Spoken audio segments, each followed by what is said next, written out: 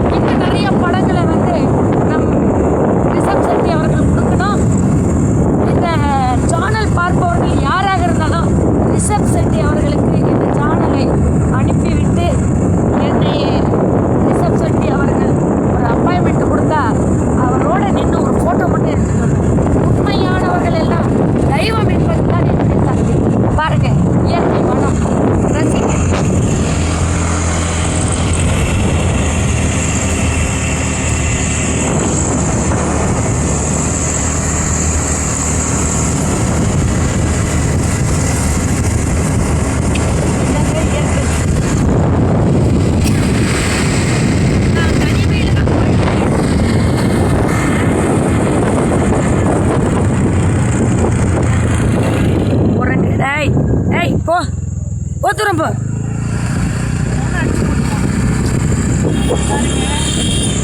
இந்த வனத்தில் இருந்து ஒரு ஆஞ்சநேயர் இப்படி உட்காந்துட்டு இருக்காங்க. தண்ணிக்காக ரோட்டுக்கு வராங்க. தனக்கு ஏதாவது இறை கிடைக்குமான்னு வராங்க. இந்த வாகனத்தில் அதிபயங்கரமாக 4 சக்கர வாகனத்திலும் இருசக்கர வாகனத்தில் வந்தவங்க கண்மூடித்தனமாக போயிட்டு இந்த வாயிலாத ஜீவத்தில் அடிச்சு போட்டு பார்த்துப்போம்.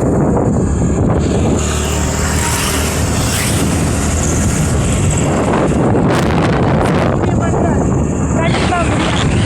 ஏன்னா காலத்தின் கட்டாயம் நினைக்கிறேன். நீங்கள் நல்ல